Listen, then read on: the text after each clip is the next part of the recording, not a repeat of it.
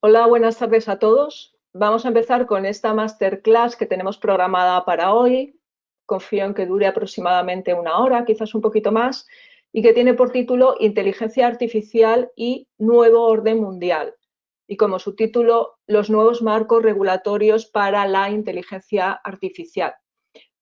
Tengo que deciros que esta masterclass en principio estaba pensada para dar de forma presencial y por lo tanto para tener mucha interacción con el público, hacer preguntas, etcétera.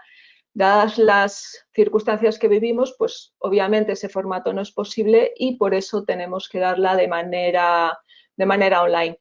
No obstante, voy a intentar que sea lo más interactiva posible. Tenéis un panel para hacer preguntas y voy a estar intentando pues poner un ojo en ese panel de preguntas para, si hacéis alguna pregunta, algún comentario, pues intentar recogerlo. Al final, los últimos 20 minutos más o menos de la charla los vamos a dedicar a preguntas. Es decir, voy a abrir ese panel y todas las preguntas que hayáis puesto ahí, las que dé tiempo, pues las voy a ir contestando, ¿no? Vamos a empezar entonces con esta charla. Inteligencia artificial y nuevo orden mundial. Bueno, mi nombre es Concha Labra, soy directora académica en IMF, concretamente del área relacionada con Big Data y analítica de negocio. Esta es una breve bio. Soy ingeniera industrial y máster en ciencia de datos y aprendizaje automático. Tengo experiencia académica y profesional en este campo de la inteligencia artificial y también en el campo del Big Data. En cuanto a la parte académica, pues estoy haciendo un doctorado en inteligencia artificial, un doctorado que trata sobre algunos temas que vamos a ver hoy, en concreto sobre cómo aplicar principios éticos a la inteligencia artificial, ¿no? Cómo pasar de esos principios a la práctica, a la implementación. Y en la parte profesional, bueno, pues he trabajado en muchos proyectos para compañías como Stratio, Banco Santander, BBV, Bankia, en roles muy distintos, ¿no? Como consultora, como gerente, como directora, etcétera. Y bueno, ahora que me conocéis un poquito más, os cuento qué es lo que vamos a ver. Todos sabemos que la inteligencia artificial hoy en día se está convirtiendo en un factor fundamental en el nuevo orden mundial. Esto hace que las grandes potencias, todos los países en general, se preocupen de cómo incorporar una estrategia de inteligencia artificial en su planeación a futuro, ¿no? Una derivada de esto son las diferentes iniciativas regulatorias que están surgiendo alrededor del mundo en los últimos años para promover una inteligencia artificial responsable. Hablaremos de esas iniciativas, sobre todo en el contexto de la Unión Europea y de España. Y por último, haremos un breve repaso, unas breves pinceladas a cuáles son los principales principios éticos que se están consolidando como quizás los más importantes o los más prioritarios a tener en cuenta en el mundo de la inteligencia artificial y vamos a ver un poquito cuáles son los retos técnicos que supone la implementación de estos principios éticos. Vamos a empezar con el tema del nuevo orden mundial. Aquí me voy a guiar, me voy a basar mucho en este libro que veis en la pantalla, en la presentación, en esta diapositiva. Por cierto, la presentación la vais a tener disponible en la herramienta y os la vais a poder descargar. Creo que ahora ya podríais descargarla y si no, pues al final, ¿no? Decía, en cuanto a cuáles son hoy en día las superpotencias de la inteligencia artificial, este libro que veis aquí, de Kai-Fu Lee, es una referencia inevitable hoy en día, ¿no? Dentro de el papel que están cumpliendo, sobre todo Estados Unidos y China, y en general todas las potencias mundiales en el desarrollo y en la innovación de la inteligencia artificial. Resumiendo mucho, estamos asistiendo a una carrera, en cuanto a la inteligencia artificial se refiere, entre Estados Unidos y China. Este sería un poco el gran resumen del libro. El estado actual es que están más o menos igualados, en unos aspectos quizás más adelantado Estados Unidos, en otro tomando carrerilla y a veces sobrepasando Estados Unidos, China. Y la conclusión, una de las conclusiones, muchas conclusiones del libro, es que en el futuro China se va a convertir en la primera superpotencia en inteligencia artificial, sobrepasando al mundo occidental y a Estados Unidos en particular. Os voy a contar un poco cuáles son los argumentos, ¿no?, que da Kai-Fu Lee, que por cierto ha estado hace poco en España presentando el libro. El libro apareció en inglés hace un par de años y muy recientemente ha salido en español, publicado por la editorial de Usto, y ha habido una presentación por parte del autor pues hace poco, ¿no?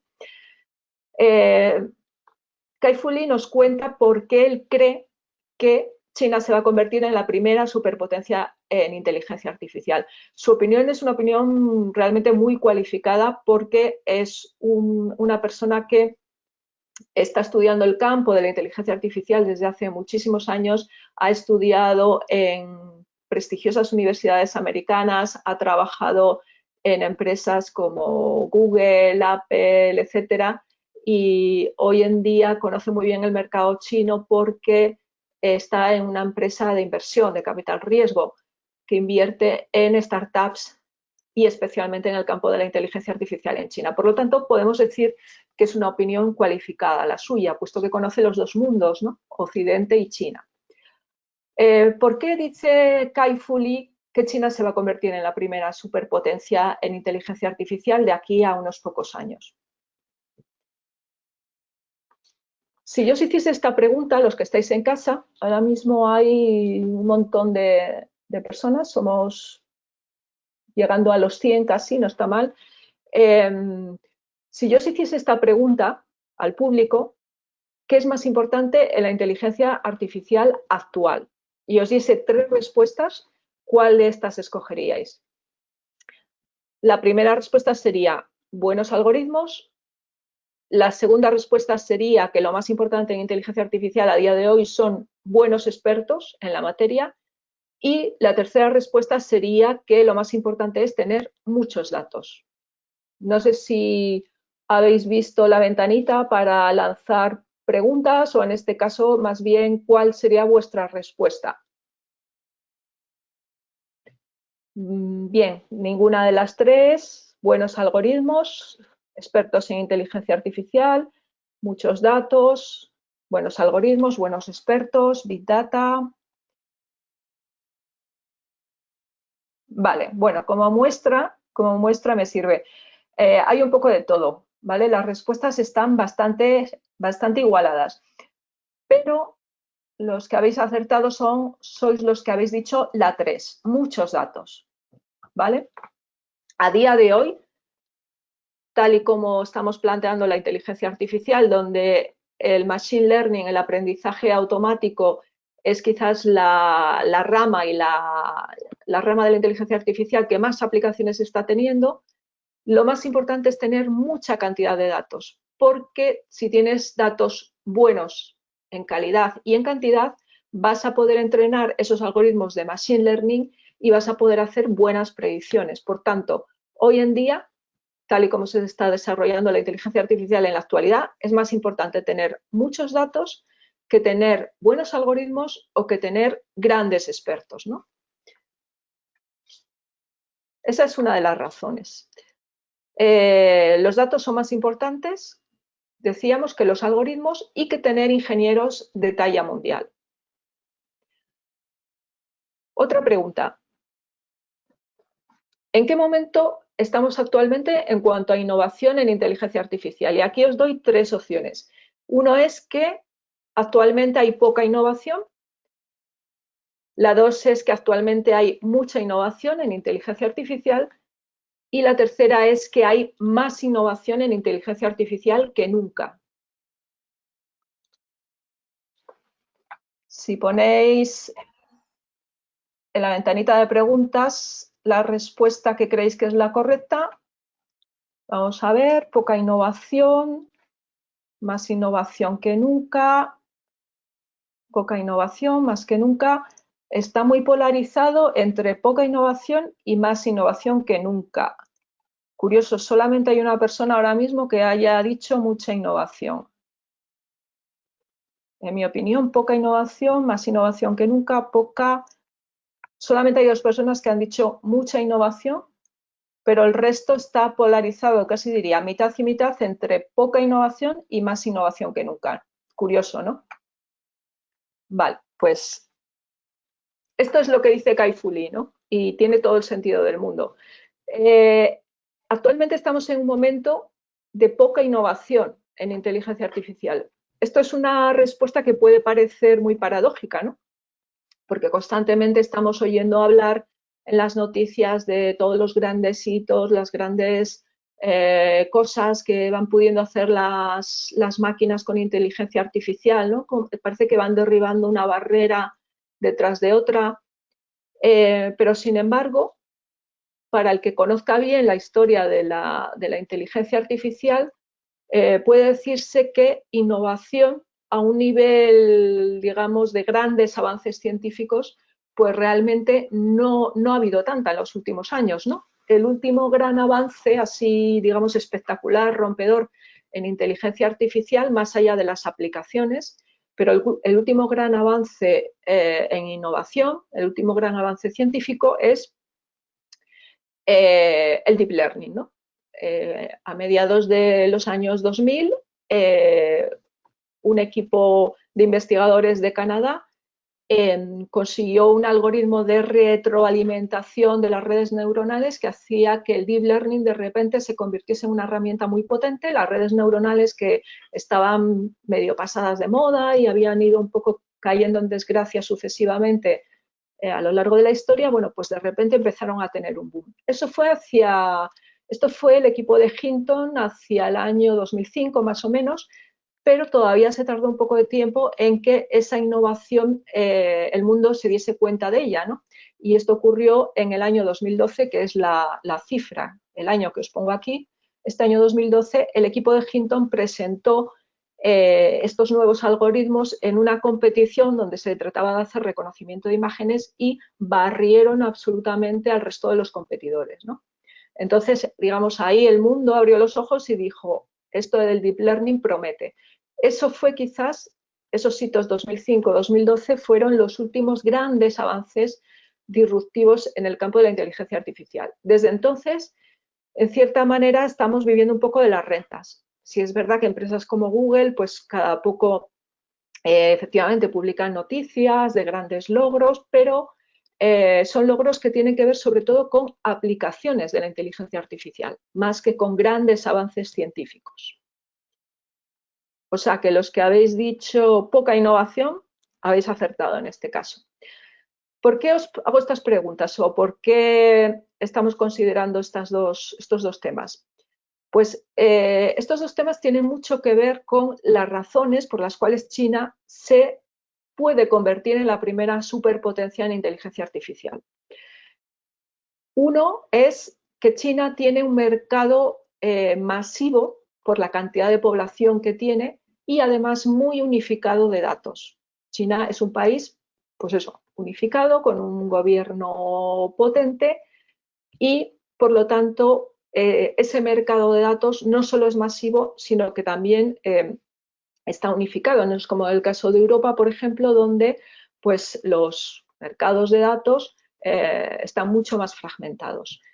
Una de las razones, aparte del gran tamaño que tiene China, es que en los últimos años, coincidiendo con la etapa del desarrollo de Internet y poco a poco, a medida que ha ido progresando el Big Data y la inteligencia artificial, en China se ha ido creando una economía que llaman O2O, online to offline, que lo que viene a decir básicamente es que la gente utiliza todo tipo de aplicaciones digitales para hacer cosas en el mundo real, ¿no?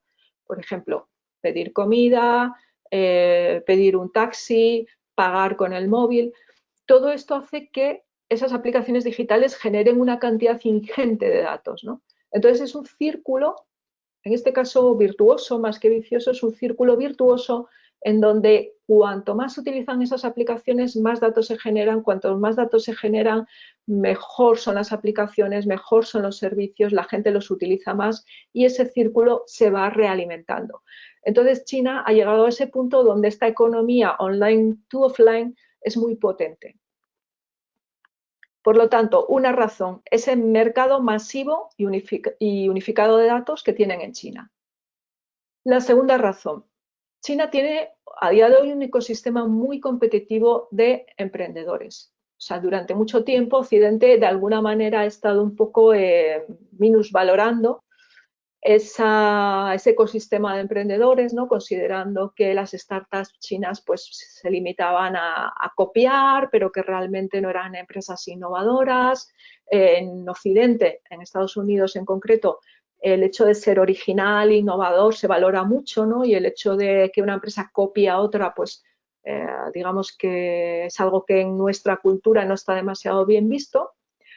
Pero lo cierto es que ese ecosistema que se empezó a desarrollar en la época de Internet, donde los emprendedores chinos de alguna manera tomaban todas las buenas ideas que veían, las implementaban dentro de sus fronteras, las desarrollaban, evolucionaban los modelos de negocio, construían empresas sólidas, todo eso, aunque no haya sido especialmente innovador y rompedor, lo cierto es que ha dado lugar a un ecosistema de emprendedores muy desarrollados, muy agresivo también.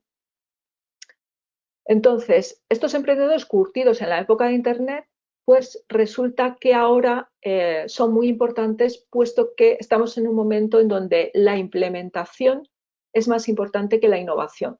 Decíamos hace un momento que estamos en un momento donde realmente no está habiendo tanta innovación disruptiva a nivel científico, estamos en el momento de las aplicaciones. Y ahí, en ese punto, ¿no?, de la implementación de las aplicaciones, pues resulta que China es muy fuerte gracias a ese ecosistema emprendedor. Hay un tercer punto. Hay un tercer punto que es la inyección masiva de capital. China, por su cultura, por su organización, su estructura política, es un país donde es relativamente fácil, por no decir muy fácil, que todas las fuerzas, muchas fuerzas, se pongan de acuerdo de repente para ir en una misma dirección. Esto hace que, tanto desde los fondos de capital como desde el gobierno, en un momento dado se decida que se va a apostar por algo y todo se alinea para que se produzca o se desarrolle esa tendencia. Esto, en el caso de China, nos dice el autor de este libro, Kai-Fu Lee, que conoce muy bien el mundo chino, la cultura china, nos dice que esto pasó más o menos en el año 2013-2014. Él marca el momento Sputnik cuando el Deep Learning, o más concretamente los algoritmos de DeepMind que utilizaban Deep Learning, consiguieron vencer en el campeonato de Go al campeón humano. Dice este autor que eso fue un momento Sputnik, ¿no?, porque lo compara con aquel momento de la carrera espacial donde de repente pues, los soviéticos consiguieron su hito, ¿no?, lanzando el Sputnik, y de repente pues, en Estados Unidos hubo una especie de shock diciendo pues nosotros tenemos que ponernos las pilas también con esto, ¿no? Bueno, pues el momento Sputnik para China fue en 2013-2014, cuando vieron que un algoritmo basado en redes neuronales, basado en Deep Learning, era capaz de ganar al campeón del mundo del juego Go, que en ese momento se consideraba que era un juego pues inasequible a las máquinas, ¿no?, a diferencia del ajedrez que bueno, las máquinas ya habían demostrado hace mucho tiempo que podían ganar y superar fácilmente a los humanos. Desde entonces, desde ese momento Sputnik, año 2013, el gobierno y los fondos de inversión en China están apostando por la inteligencia artificial de una manera muy agresiva. Es decir, hay una inyección de capital masiva. Por lo tanto, estas tres cosas, el hecho de que tienen un mercado masivo y unificado de datos, el hecho de que tienen un ecosistema muy competitivo de emprendedores que toman las ideas y las implementan rápidamente, y el hecho de que tienen un apoyo muy fuerte por parte de las sociedades de capital y del gobierno, que inyectan mucho dinero, pues están haciendo que China se esté posicionando muy rápidamente como una superpotencia y quizás en un futuro próximo llegue a ser la primera superpotencia, ¿no? Bueno, una pregunta más. Estamos hablando de una carrera, ¿no? Como si esto fuera una carrera de caballos, y estamos hablando de dos caballos, Estados Unidos y China. ¿Quién os parece que falta en esta carrera? Si me podéis poner la respuesta ahí en la ventanita de preguntas. Respuesta abierta. En esta carrera, donde hemos hablado de Estados Unidos y de China, ¿de quién no hemos hablado? ¿Quién falta?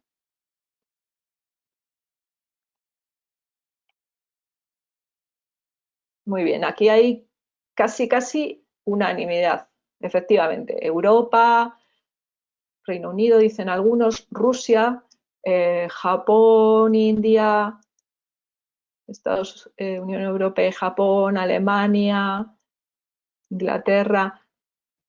Hay un poco de todo, pero la gran mayoría, yo creo que como el 80 y tantos por ciento estáis diciendo efectivamente Europa. Vale, pues esa es la respuesta que estaba buscando, efectivamente. Faltan muchos, por supuesto, en esta carrera, pero en lo que a nosotros respecta, ¿no? O al menos en lo que a mí respecta, que vivo en Europa, pues por supuesto echamos de menos a Europa, ¿no? ¿Qué pinta Europa y qué va a pintar Europa en el futuro, en la carrera de la inteligencia artificial? Algunos dicen que poca cosa, por desgracia. Otros dicen que la Unión Europea se está posicionando, yo creo que de manera bastante inteligente, en, digamos, un terreno medio en donde está apostando, ya que no puede competir, ¿no? O al menos eso creen algunos, ya que no podemos competir de forma agresiva con todas esas cosas que tiene China y que también Estados Unidos lleva desarrollando muchos años, la Unión Europea está apostando más por preocuparse de un desarrollo cualitativo de la inteligencia artificial. ¿Eso qué quiere decir? Quiere decir, por un lado, garantizar los derechos y el bienestar de los ciudadanos, que, como os podéis imaginar, pues en esta carrera un poco loca a veces entre las empresas americanas y las empresas chinas, pues no se tiene muy en cuenta. Un ejemplo muy citado, ¿no?, es el de Cambridge Analytica, Facebook, donde ha habido todos estos problemas con un uso poco ético de los datos. Bueno, pues bien, Estados Unidos y China no se preocupan o no se han venido preocupando especialmente por garantizar esos derechos. La Unión Europea se está posicionando en este aspecto, garantizar los derechos y el bienestar de los ciudadanos en esta carrera por la inteligencia artificial. Para ello, está apostando por toda una serie de iniciativas regulatorias orientadas a promover una inteligencia artificial responsable. Luego vamos a ver, al final de la charla, pues cuáles son esas iniciativas regulatorias y qué es esto de una inteligencia artificial responsable, ¿no?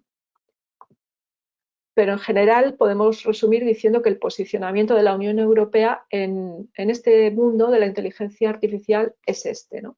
El tiempo dirá si este posicionamiento tiene éxito y si da sus frutos, ¿no? En cualquier caso, bueno, pues parece que es una posición necesaria y muy importante, un papel que alguien tiene que asumir.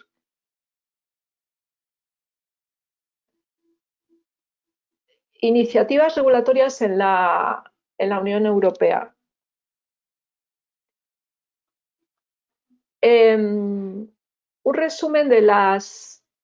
Si de repente oís un ruido y música es porque empieza el momento balcones. Sabéis que estamos en esta situación extraña de cuarentena por el coronavirus.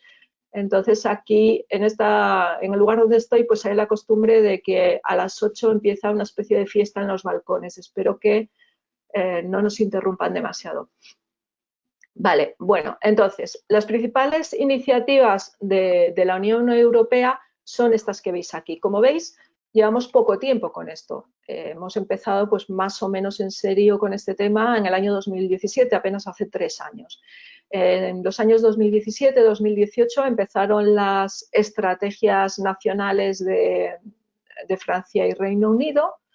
Un año después, aproximadamente en abril del 2019, salió una guía de la Unión Europea que daba unas pautas para lo que llaman una inteligencia artificial confiable, que luego vamos a ver qué es. Y últimamente, hace muy poquito, hace nada más un mes, pues ha salido esto que os pongo aquí, ¿no? El libro blanco de la Unión Europea sobre inteligencia artificial. Vamos a ver sobre todo estos dos puntos. La guía de la Unión Europea para una inteligencia artificial confiable, que salió hace un año, y el más reciente libro blanco de la Unión Europea. La guía para una inteligencia artificial confiable, hace un año aproximadamente. Esta guía identificaba 7 puntos clave. Estos puntos eran, recordad que estamos hablando de inteligencia artificial confiable, es decir, qué es lo que le vamos a pedir a un algoritmo o a una solución de inteligencia artificial para fiarnos de ella, ¿no? Para decir, bueno, pues esto lo podemos poner en uso tranquilamente y podemos fiarnos de que no vamos a tener sorpresas desagradables. Entonces, esta guía de la Unión Europea, de la Comisión Europea, identificaba 7 puntos clave, que son los siguientes, los podéis ver en la pantalla, ¿no? Supervisión humana, es decir, apostar porque allí donde sea necesario, siempre que sea necesario, los algoritmos tengan una adecuada supervisión humana, ¿no? De alguna manera es un poco controlar la automatización total. Supervisión humana allí donde sea necesario. El segundo punto clave sería robustez y seguridad. Cuando hablamos de robustez, en este contexto, nos referimos a que los algoritmos no sean fáciles, digamos, de hackear, ¿no? Hay por ahí muchos artículos donde se indica cómo entrenando los algoritmos de determinadas maneras a veces es posible engañarlos y hacer que tomen decisiones equivocadas. Entonces, esto es uno de los riesgos que hay que evitar y que señala la Unión Europea, ¿no? Tenemos que buscar siempre la robustez de los algoritmos y, sobre todo, la seguridad, que no sean hackeables. El tercer punto clave, privacidad y gobierno del dato. El tema de la privacidad, la Unión Europea lo ha desarrollado mucho a través del Reglamento General de Protección de Datos, el famoso GDPR, que de alguna manera regula la privacidad de los datos y el gobierno de los datos. El cuarto punto clave sería transparencia. Es decir, puede ser que un algoritmo esté arrojando buenas decisiones, pero es importante que sepamos lo que está pasando ahí dentro. El quinto punto es la justicia.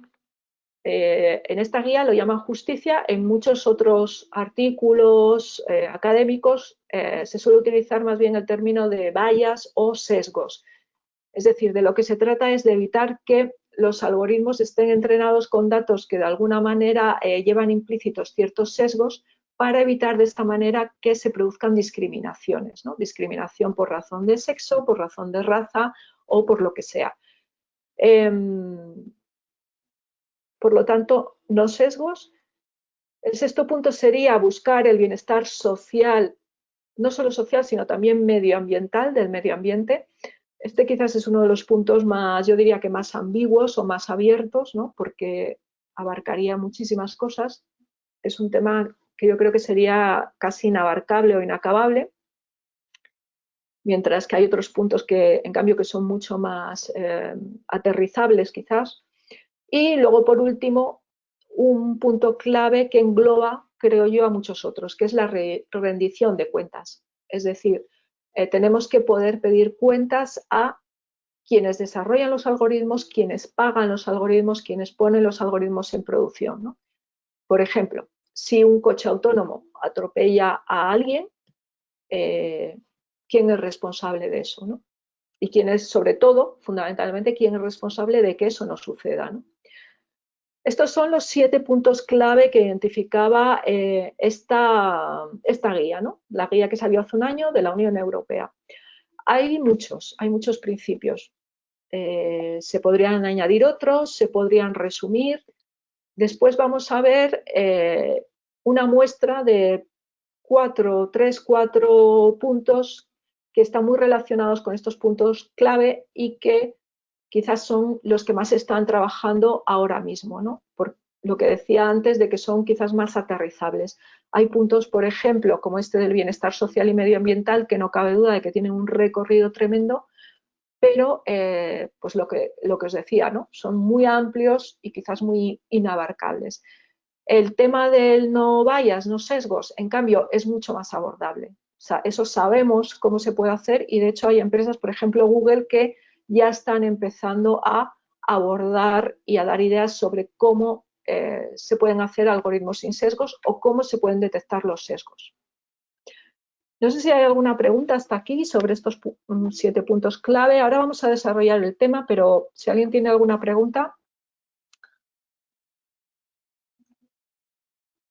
¿Cómo abordar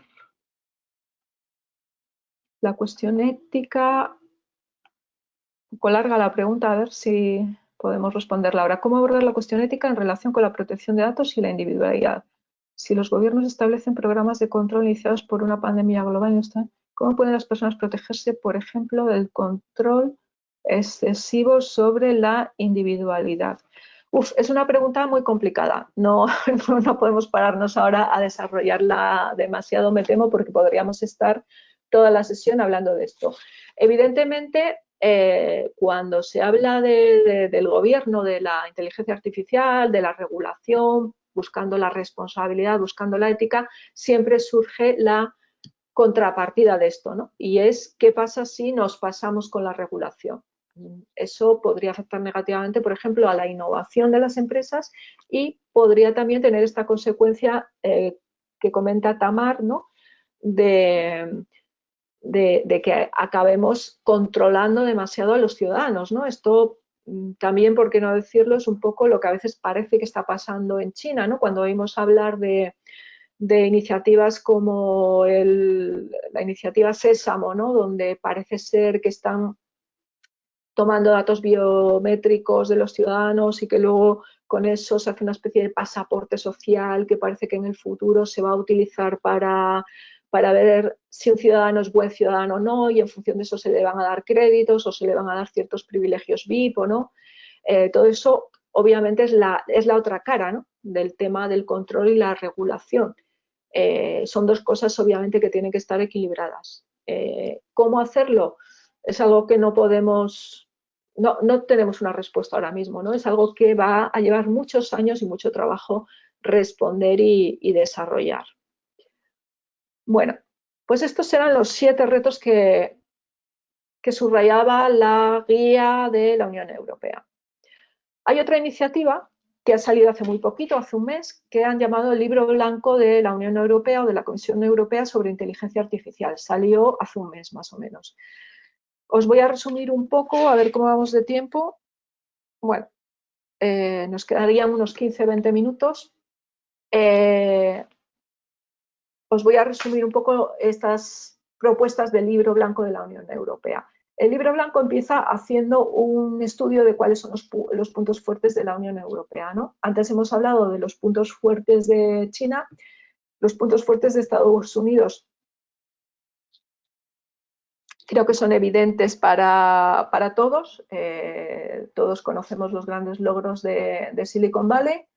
La pregunta es, ¿cuáles son los puntos fuertes de la Unión Europea, ¿no? En cuanto a tecnología, pues en este libro blanco se destaca infraestructuras, robótica, electrónica industrial, industria 4.0. Estos ámbitos, por ejemplo, la robótica, la electrónica industrial, la industria 4.0, la Unión Europea se puede considerar que es líder en estos temas, ¿no? En concreto, Alemania está muy adelantada, muy avanzada en temas relacionados con la industria 4.0, que tiene que ver con el mundo de la electrónica industrial, la robótica, etcétera. Las grandes soluciones, redes sociales son americanas hoy en día, pero Europa es más fuerte o es fuerte en software B2B, ¿no? Que es quizás menos visible, pero que también es importante. Y también parece ser que está bastante bien posicionada en cuanto a computación cuántica. Sectores importantes, fuertes en la Unión Europea: industria, salud, transporte, finanzas, agricultura, cadenas de valor asociadas a la elaboración de productos, energía, etcétera, ¿no? Entonces, bueno, pues la Unión Europea en este libro blanco trata un poco de pintar un panorama de dónde sí que está fuerte la Unión Europea. Y luego da pautas sobre el liderazgo o dónde puede tener liderazgo la Unión Europea. Entonces, el primer liderazgo del que habla es el liderazgo digital. Dice, en los próximos 5 años la Unión Europea va a centrarse en 3 ejes, 3 dimensiones. Uno es las personas, en desarrollar tecnología para la gente, pensando en las personas. Segundo, la dimensión económica. Hay que promover una economía boyante, por supuesto, pero también justa, competitiva, pero justa. Y la tercera dimensión es la social, ¿no? Queremos una sociedad abierta, democrática, sostenible, etc. Aquí abajo os pongo un enlace al libro blanco por si al acabar queréis echarle un ojo. Un segundo liderazgo del que se habla. La Unión Europea dice, queremos tener el liderazgo en inteligencia artificial responsable y para ello nos vamos a basar en 2 tipos de ecosistemas, lo que llaman ecosistemas de excelencia y ecosistemas de confianza. Ecosistemas de excelencia. ¿Por qué va a apostar la Unión Europea? Va a apostar por destinar recursos a la investigación, por ejemplo, también a los incentivos a startups, a empresas. Va a apostar también mucho por el desarrollo de habilidades en inteligencia artificial, es decir, por el mundo de la formación y la educación ya desde pronto. En otros países ya están introduciendo temas relacionados con la inteligencia artificial, pues incluso en la educación primaria. Promover la colaboración con hubs de innovación, startups, pequeñas y medianas empresas que son importantes dentro del ecosistema europeo y, en general, promover la colaboración con el sector privado, ¿no? Esto es lo que llaman ecosistemas de excelencia. Y luego, ecosistemas de confianza. ¿Esto qué significa? Significa que todo esto que hagamos sea cumpliendo las normas europeas y respetando siempre los derechos de los ciudadanos, ¿no? Seguimos con el resumen del libro blanco. El libro blanco también identifica la necesidad de una futura ampliación del marco regulatorio de la Unión Europea. Es decir, son conscientes en esta primera aproximación del libro blanco que estos son pautas, que hay muchas cosas que se quedan en el aire y que cuando se quiere que una norma se cumpla, pues necesariamente tiene que haber un marco regulatorio que obligue a su cumplimiento, ¿no? Por lo tanto, dicen, para el futuro vamos a necesitar ampliar el marco regulatorio de la Unión Europea para que contemple parte de las cosas o de los desarrollos que aquí apuntamos. Entonces, una de las cosas que dicen, ¿qué es lo que le vamos a pedir a los desarrollos en inteligencia artificial? Pues a aquellos que sean de alto riesgo, no a todos, pero sí a los de alto riesgo, les vamos a pedir que cumplan una serie de requisitos. Que, sobre todo, que reporten información sobre qué datos utilizan los algoritmos para entrenarse, datos y registros que utilizan, la información que utiliza el proyecto o el algoritmo, métricas de robustez y precisión, qué precisión tiene el algoritmo, qué robustez, hasta qué punto es sensible, ¿no?, a posibles hackeos, como decíamos antes, hasta qué punto es supervisado o tiene supervisión humana, y luego requisitos específicos para ciertos tipos de aplicaciones, ¿no? Por ejemplo, aplicaciones biométricas son especialmente sensibles. Esto, digamos que las aplicaciones de inteligencia artificial de alto riesgo tendrán que rendir cuentas de estos aspectos. ¿Qué pasa con las que no lo son? Que serán la mayoría. Bueno, pues ahí de momento simplemente se recomienda o de manera opcional se propone que pues también reporten cierta información, pero en este caso, pues bueno, de una manera mucho menos tajante o normativa. Y también en el libro blanco hablan de la necesidad de una futura estructura de gobierno, ¿no? Todos cuando vemos estas cosas pensamos, vale, todo esto está muy bien, ¿no? Pero si no queremos que se quede en una bonita teoría, eso tiene que plasmarse en normas, en leyes que decíamos arriba, y también tiene que plasmarse en unas estructuras que de alguna manera gobiernen esto, lo implementen, lo controlen, lo monitoricen, lo desarrollen, etcétera. El libro blanco digo que es consciente, ¿no?, de estas carencias por el momento y de estas futuras ampliaciones que hacen falta.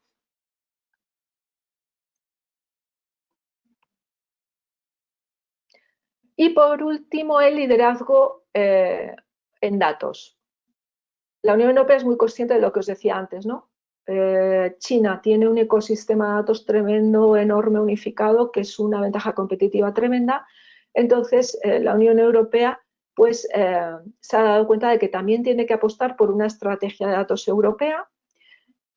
Junto al libro blanco, en la misma fecha salió una guía para una estrategia de datos europea y lo que se propone ahí básicamente es un espacio europeo común de datos. ¿Cuáles son los retos? Las cosas que hay que desarrollar para tener ese espacio común. Disponibilidad de datos, lo primero, ¿no? Por supuesto. Interoperabilidad y calidad de esos datos. Gobierno del dato. Es decir, quién lo pone ahí, quién lo controla, quién lo gobierna, qué esquemas les aplicamos, etcétera.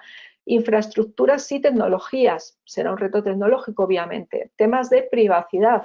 La GDPR.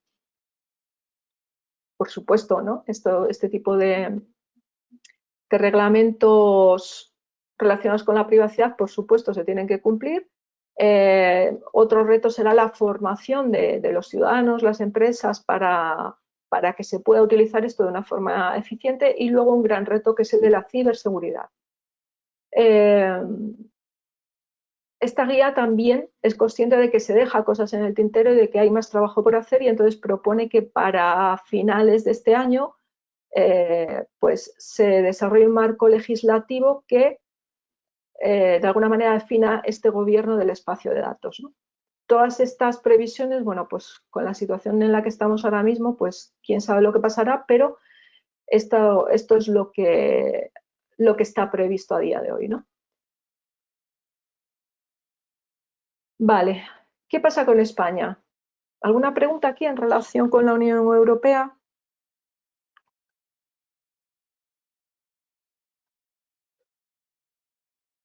¿Cómo se suprimen los sesgos? Pregunta Bruno. Luego vamos a hablar de eso. Luego vamos a ir aterrizando un poquito eso, Bruno. Y otra pregunta por aquí. Rusia o Singapur, dice Javier Pérez, que también tendrán su propia posición de fuerza. O Corea del Sur e India como influyentes. Sin duda, sin duda. O sea, aquí podríamos hablar del resto de los países del mundo, por supuesto, pero bueno, no nos da tiempo, es imposible, ¿no? Entonces nos hemos centrado en los que nos resultan más relevantes por cercanía o por importancia ahora mismo. Bien, vamos a pasar entonces, me gustaría acabar la charla en 5 minutos o menos y luego pasar a las preguntas, ¿vale? Entonces, ¿qué pasa en España? Creo que muchos de vosotros estaréis conectados desde fuera de España, creo que muchos desde Centroamérica, Latinoamérica y otros muchos desde España, ¿no? Entonces, bueno, pues en este caso la estrategia nacional española pues puede servir un poco de ejemplo para lo que tendrá que ser algo parecido, pues una estrategia nacional de muchos países, ¿no? Algunos ya las han hecho y otros pues tendrán que hacerlas.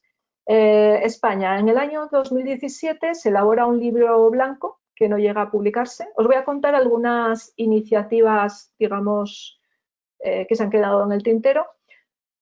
2017 se elabora ese libro blanco. En el 2018 se constituyó un grupo de expertos españoles que empezó a trabajar en este tema. El año pasado, en el segundo cuatrimestre, más o menos, se publicó la llamada estrategia I+D+I para la inteligencia artificial. Esto se consideró como una especie de adelanto de la futura estrategia nacional. se anunció también en el año 2019 la publicación de esa estrategia nacional. Se dijo en principio que para el año 2019, no fue así. Bueno, creo que en ese momento hubo una serie de cambios políticos que seguramente hicieron que las cosas se parasen en ciertos aspectos. Y por último, en el año 2020 ha habido un nuevo anuncio de una estrategia nacional que estaba prevista para marzo de este año. De hecho, yo tenía la esperanza cuando planifiqué esta masterclass que ya hubiese salido esta estrategia nacional, pero bueno, como os podéis imaginar, dada la situación, pues esto se aplazará hasta vete a saber cuándo, ¿no? Lo que sí está ya ahí es esa estrategia de I+D+I que salió el año pasado. Entonces, bueno, de momento es lo que tenemos y os voy a explicar un poquito las líneas maestras de esta estrategia, ¿no? Del año pasado para España. Básicamente se establecen una serie de prioridades. Hace falta una estructura organizativa, es decir, alinearse con la Unión Europea, promover lo que llaman en este documento nodos, que al final se conviertan en una red de centros de excelencia. Indican que hay que definir un mapa de capacidades, ¿no? Dónde estamos, dónde somos fuertes, a dónde queremos ir, y luego establecer una serie de indicadores de cómo va el progreso. Segunda prioridad, establecer áreas estratégicas, por un lado para la sociedad y por otro lado para la economía, ¿no? Priorizar por dónde empezamos. Tercera prioridad, acciones para la transferencia de conocimiento entre el mundo académico, el mundo empresarial, diferentes empresas, etcétera. Formación, muy importante, ¿no? Esto está prácticamente en todas las guías, se menciona el tema de las habilidades, desarrollo de habilidades, formación en inteligencia artificial, en tecnología, etcétera. Desarrollar un ecosistema de datos. Esto hemos aprendido la lección de China y sabemos que es importante. Y por último, analizar la ética de la inteligencia artificial desde una perspectiva de I+D+I, es decir, cómo aterrizamos todo esto, ¿no? Y termina esta estrategia de I+D+I lanzando una serie de recomendaciones que incluyen definir una estrategia nacional desarrollada, ¿no? Os decía antes, estaba anunciada para este mes, pero a día de hoy todavía no ha salido. Aquí abajo os pongo un enlace a este documento de la estrategia de I+D+I que salió el año pasado, por si queréis luego echarle un vistazo. Vale, entonces, rápidamente, ¿qué retos éticos se presentan? ¿Y cómo llevamos estos principios éticos a la práctica? Esto, por ejemplo, serían 4 retos éticos muy relacionados con los que señalaba la Unión Europea, que hemos visto antes. Uno de los más importantes, rendición de cuentas. Las empresas, los individuos tienen que ser responsables de lo que hacen en materia de inteligencia artificial. Evitar, por ejemplo, los sesgos, es decir, no discriminación. Imaginemos, por ejemplo, que se utilizan los datos o las inferencias para decidir que a una persona no se le da un crédito, no se le permite el acceso a una universidad, no se le concede un seguro. Esto sería realmente grave, ¿no? Y está claro que es un reto que hay que evitar, o más bien un peligro que hay que evitar. El tema de la transparencia. El deep learning, el famoso deep learning, derivado de las redes neuronales, funciona, por ejemplo, con algoritmos de caja negra. Eso significa que tendríamos algo parecido a lo que vemos aquí a la derecha. Veis todas estas capas de neuronas, la capa de entrada, la capa de salida y por el medio un montón de capas que se llaman capas ocultas. Aquí hemos dibujado 3, pero en un modelo real, en un modelo, por ejemplo, de los que utiliza Google, pues tendrían cientos y miles e incluso decenas de miles de capas ocultas. Es decir, aquí vamos a empezar a tener conexiones, una maraña que va a llegar un momento en que ninguna mente humana va a poder entender qué es lo que está pasando aquí, ¿no? Esto es un problema grave del deep learning, de las redes neuronales. Y es un problema que en un futuro donde contemplemos pues, principios éticos hay que abordar. Y el tema de la explicabilidad, es decir, aunque pudiésemos abrir esta caja, ¿no? Este algoritmo de deep learning, y viéramos lo que está pasando, aún así no lo entenderíamos. Es decir, necesitaríamos de alguna manera poder traducir lo que está pasando aquí a términos que una mente humana pueda comprender. Por lo tanto, necesitamos explicabilidad para humanos, explicabilidad en los algoritmos. Preguntaba antes alguien, y por ejemplo, los sesgos, ¿cómo se puede evitar eso? Ahora mismo esto está empezando a abordarse, todavía estamos muy al principio, pero hay ciertos temas en los que se está avanzando más que otros. Por ejemplo, el de los sesgos es uno de ellos, ¿no? ¿Cuáles son los retos técnicos que se plantean? Necesitamos tener una trazabilidad del dato. Esto es un reto en las plataformas de Big Data actuales. Es decir, ¿qué estamos haciendo con los datos? ¿De dónde vienen esos datos? Tenemos que tenerlos controlados. Y no solamente los datos, sino también las inferencias que se hacen sobre esos datos. Google hace muy poquito, ha sacado un artículo donde habla de cómo a los algoritmos de Deep Learning se le pueden poner una serie de restricciones, de tal manera que cuando el algoritmo se está entrenando y utilizando una serie de gradientes para optimizar sus pesos y tal, pues de alguna manera esas restricciones hagan que no todas las configuraciones, digamos, de los pesos y de las neuronas sean válidas. Aquellas que van a dar lugar a sesgos, a discriminaciones, pues se ponderarán menos, de tal manera que se intenten evitar esas predicciones sesgadas. El tema de la transparencia, decíamos. Un algoritmo de Deep Learning es una caja negra. Necesitamos herramientas para abrir esas cajas negras, para ver lo que está pasando ahí dentro, ¿no? Esto es una línea de investigación muy interesante que todavía está muy en pañales. El tema de la explicabilidad. ¿Cómo generamos explicaciones en Deep Learning? Esto es otra línea de investigación ahora mismo muy caliente, muy interesante. Cómo se traduce un modelo de Deep Learning, por ejemplo, a una explicación, por ejemplo, en lenguaje natural o quién sabe de qué manera, de tal manera que un ser humano pueda entender lo que está pasando ahí, ¿no? Y por último, al final lo que queremos es rendición de cuentas, es decir, ¿esto qué significa? ¿Cuáles son los retos? No solamente técnicos, ¿no? En este caso también éticos. Necesitamos mucho debate social en torno a dilemas éticos, ¿no?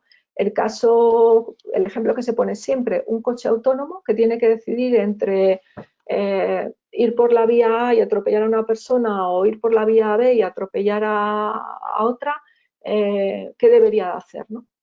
¿Cuál sería la decisión que debería de tomar teniendo en cuenta esos dilemas éticos?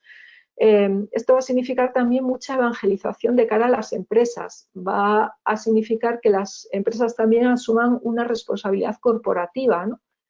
Y esa responsabilidad tendrá que ir acompañada pues, de una serie de auditorías, test o lo que sea para comprobar si se están cumpliendo estos requisitos de carácter ético. Con esto acabo bastante en tiempo y tenemos unos 15 o 20 minutos para preguntas.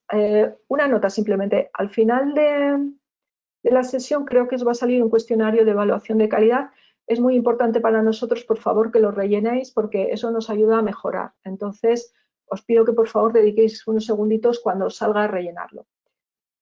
Y son ahora mismo aquí en España las 8 menos 10. Vamos a dedicar unos 20 minutos, una cosa así, a preguntas, ¿no?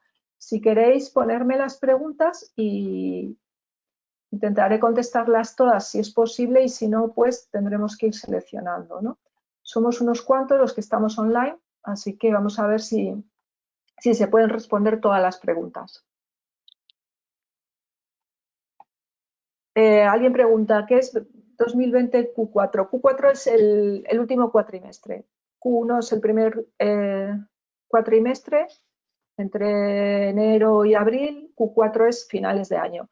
Vamos muy a la cola. Manuel Juan, no sé si te refieres a Europa o a España. En cualquiera de los casos, lamentablemente, probablemente hay que decir que vamos bastante a la cola, ¿no? Aunque a mí personalmente creo que esta aproximación de la Unión Europea me parece muy acertada en muchos aspectos. ¿Hay algún caso que se judicializó en la Unión Europea? Pregunta Lucía. Lucía, no entiendo muy bien la pregunta. Si puedes explicarla un poquito mejor. ¿Algún caso que se judicializó? No sé si te refieres a algún caso que se haya llevado a los tribunales por algún incumplimiento de este tipo. Supongo que te refieres a eso.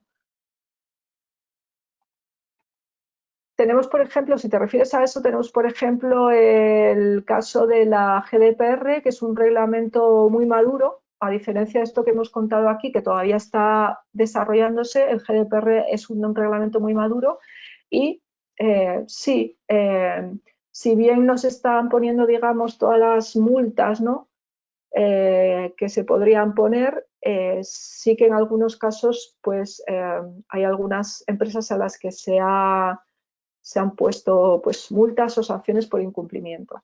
¿Crees que la Unión, paso a otra pregunta, Josep, ¿crees que la Unión Europea considerará a ver, voy a ampliar la ventana, ¿crees que la Unión Europea considerará las atribuciones profesionales para todos aquellos que quieran realizar proyectos de este tipo?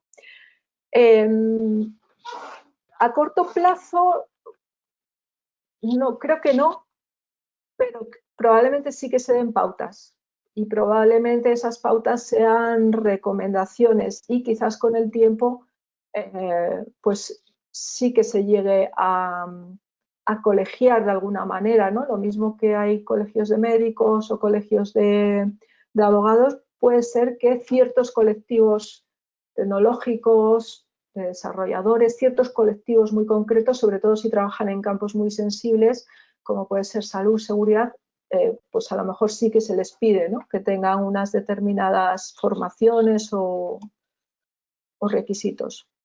No parece, otra pregunta de Juan Bosco, ¿no parece demasiado libro blanco o burocracia en Europa? Es un poco lo que decíamos antes, ¿no? Siempre va a haber ese equilibrio difícil entre regular demasiado y regular demasiado poco. Si no se regula nada, es la ley de la selva y grandes empresas americanas o chinas pues acabarán haciéndose con todo y convirtiéndose en grandes monopolios que casi no se podrán, no podrá haber competencia, y si se regula demasiado, pues caemos en el problema del excesivo control, como podemos estar viendo, por ejemplo, que pasa a veces en China, ¿no? Entonces, bueno, pues es como todo, hay que llegar a un equilibrio, ni pasarnos ni quedarnos cortos, ¿no?, en mi opinión. Tamar dice, ¿y las diferencias en la gobernanza entre, a ver, estoy intentando ver la pregunta completa. ¿Crees que la Unión Europea, Tamar, y las diferencias en la gobernanza entre los estados de la Unión Europea, cómo lograr la armonización para la ciberseguridad de un bloque? Yo creo que es uno de los objetivos precisamente que se trata de conseguir con estos libros blancos, normativas y demás, ¿no? De alguna manera poner una especie de paraguas a nivel europeo y que no dependa todo de las diferentes estrategias nacionales. Va a ser complicado, como ha sido complicado en la Unión Europea ponernos de acuerdo en tantas cosas, ¿no? A veces se ha conseguido, a veces no. Con el caso del euro se consiguió, en otros casos no tanto. Desde luego es una de las razones por las que se sacan este tipo de libros blancos y demás a nivel europeo, para conseguir esa especie de uniformidad, ¿no? Benjamín, a ver si puedo ampliar la ventana. Yo preguntaría por qué hablamos de ética cuando hablamos de deep learning. Si es la máquina quien trata los datos. Vale, este tema es interesante. No sé si te refieres a eso, Benjamín, pero me sugiere un punto que es muy importante. La ética no se aplica a la máquina, ¿vale? Una máquina no tiene libre albedrío. Bueno, esto sería entrar en temas ya muy profundos a estas horas, pero obviamente una máquina no tiene autoconciencia y mucho menos libre albedrío. Por lo tanto, difícilmente podemos atribuir o pedirle que tenga una ética. Eso es obvio, ¿no? Cuando hablamos de ética, siempre estamos hablando de pedirle responsabilidad ética a, como decía antes, ¿no?, a los que desarrollan los algoritmos, a los que los pagan, a los que los ponen en producción, a los que ganan dinero con ellos. Es decir, en último término, a las personas y a las empresas, ¿no? No sé si te referías a eso, Benjamín. No sé si he respondido a tu pregunta, espero que sí. Otra pregunta de Lucía. Me gustaría saber si hay algún caso sobre inteligencia artificial que se haya judicializado. Esta la respondí antes. ¿Crees que la Unión Europea considera las atribuciones? Esta también la he contestado. ¿Crees que la tecnología... antes preguntaba alguien, ¿estamos muy por detrás? Se refería a España. Yo diría que bastante. Claro, es como todo, depende de con quién te compares, ¿no? Si te comparas con Estados Unidos o China, estamos años luz. ¿Crees que la tecnología de poder que se deriva de esta nueva lógica de acumulación de datos de la inteligencia artificial prioriza sobre la propiedad de los medios de producción la de los medios de manipulación de comportamientos? Wow, está complicada esta pregunta. A ver si la entiendo. ¿Crees que la tecnología de poder que se deriva de esta nueva lógica de acumulación de datos prioriza sobre la propiedad de los medios de producción la de los medios de manipulación de comportamientos? Bueno, está claro que la inteligencia artificial es un arma de doble filo, tiene unas posibilidades tremendas y tiene también unos riesgos tremendos. La manipulación del comportamiento o de alguna manera el control, ¿no? O incluso el coartamiento de ciertos comportamientos es un peligro que está ahí, que en algunos sitios, por desgracia, parece que se está haciendo, se está usando un poco. Eh, pues es como todo, ¿no? Es una tecnología que podemos utilizar para lo bueno y para lo malo. Es una tecnología que tiene unas características muy peculiares, y es que tiende a esa economía de el ganador se lo lleva todo, ¿no? Por lo tanto, es una tecnología que tiene características muy nuevas, tiene riesgos muy nuevos que todavía estamos empezando a explorar, y que es un tema que va a tener mucho recorrido, ¿no? Todo este tema del control del ciudadano, la manipulación de los comportamientos, etcétera. ¿Cuáles métodos están a la vanguardia en el ámbito de la inteligencia artificial? Pregunta Bruno. Bueno, yo diría que sin duda el deep learning. Es decir, ahora cuando damos clases, los que nos dedicamos a dar clases, ¿no? Entre otras cosas de inteligencia artificial y demás, lo que está de moda, no cabe duda, es el deep learning. Todo el mundo quiere aprender deep learning, es de lo que habla todo el mundo, ¿no? Obviamente la inteligencia artificial es mucho más que el deep learning, hay muchas más cosas. Google ha conseguido de alguna manera, con sus avances, ¿no?, poner el deep learning de moda, y bueno, pues es una herramienta que desde hace 10 años para acá está dando unos resultados arrolladores en muchos aspectos, ¿no? Sobre todo en lo que tiene que ver con reconocimiento de patrones. Por lo tanto, si hablamos de vanguardia, yo diría, hoy por hoy, deep learning. ¿Algún caso que haga justicia a tribunales? Este tema ya lo comentamos. ¿Piensas que la inteligencia artificial es el anuncio del transhumanismo? Esta es una pregunta fuerte. También yo creo que necesitaríamos una sesión entera para hablar de este tema, ¿no? De si la inteligencia artificial nos lleva hacia el transhumanismo. Aquí hay muchas escuelas. Está la escuela del gurú de Google, ¿no?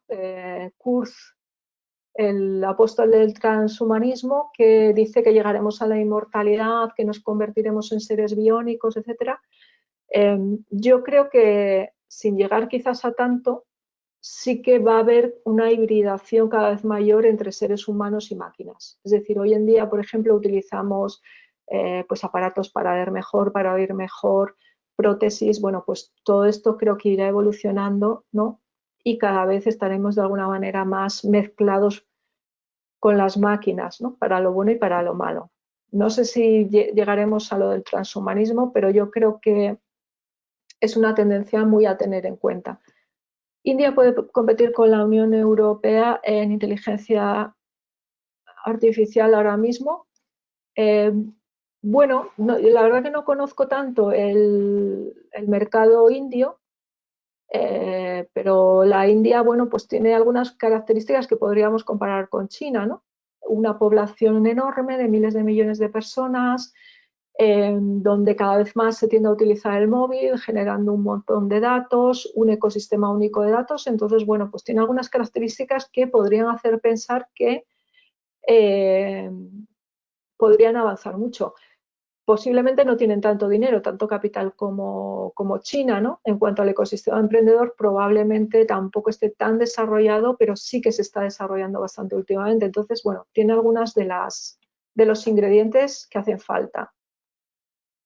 Hay previsto incluir en los equipos de trabajo ADGT para el desarrollo de herramientas de inteligencia artificial en seguridad vial.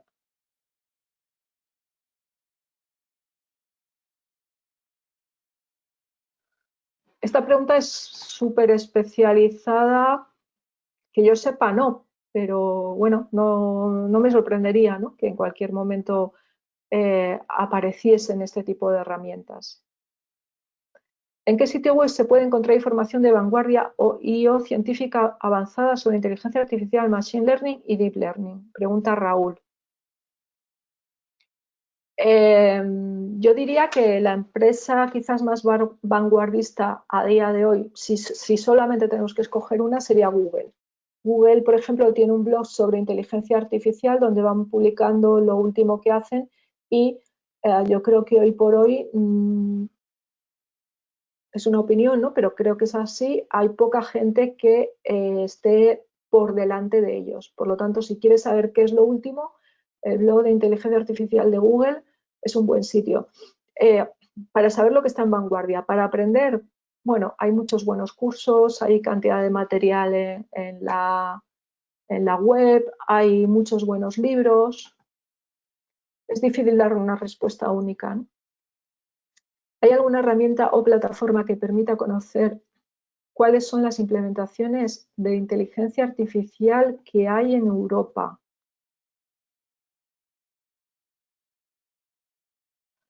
Bueno, esta pregunta es un poco ambigua, ¿no? Implementaciones de inteligencia artificial tiene un alcance muy amplio, ¿no?, que es una implementación de inteligencia artificial. Pues hay todo tipo de soluciones. Podemos estar hablando de un algoritmo que utiliza una empresa, por ejemplo, para hacer sistemas de recomendación, hasta un robot que está en una fábrica inteligente manipulando cosas, ¿no? O sea, es tan amplio el rango de implementaciones posibles que dudo mucho, ¿no?, que tenga sentido hablar de una especie de repositorio. Sí que es verdad que, bueno, pues en la Unión Europea muchas veces se tiende a hacer comités de expertos, se tienden a hacer repositorios donde de alguna manera se centraliza información sobre diferentes tecnologías, pero en este caso quizás lo de implementaciones de inteligencia artificial sería demasiado abierto, demasiado ambiguo, ¿no? ¿Crees que ante la competencia de China o Estados Unidos, Europa tratará de blindarse ante ellos? Pues es una buena pregunta, Josep. Antes del coronavirus me podría haber aventurado con una respuesta. Después de esto, yo creo que van a cambiar tantas cosas en el mundo que a día de hoy no me atrevería a dar una respuesta, ¿no? Sí está claro que, bueno, China y Estados Unidos están tomando la delantera de una manera brutal. Es una tecnología en la que, como os decía, hay mucha tendencia al monopolio, a que el ganador se lo lleva todo. Por lo tanto, bueno, podría tener sentido que otros ámbitos geográficos, políticos, intentasen de alguna manera protegerse, ¿no? Para poder seguir siendo de alguna manera competitivos y no ser, digamos, comidos, ¿no?, por las empresas americanas, chinas, etcétera. Pero quién sabe. A día de hoy no me atrevería a pronosticarlo. Benjamín Cepeda nos dice: aplausos, gracias. Bueno, pues si no hay más preguntas, podemos dar la sesión por terminada. Muchas gracias a todos por estar ahí. Es un tema que yo creo que es muy, muy interesante, creo que va a dar mucho que hablar, vamos a oír hablar mucho de esto si el coronavirus lo permite y bueno, pues espero que todos los que estáis en casa en esta cuarentena pues estéis muy bien y lo llevéis bien dentro de lo malo y espero que, bueno, pues que salgamos pronto de esta y que os haya gustado la charla. Muchas gracias a todos.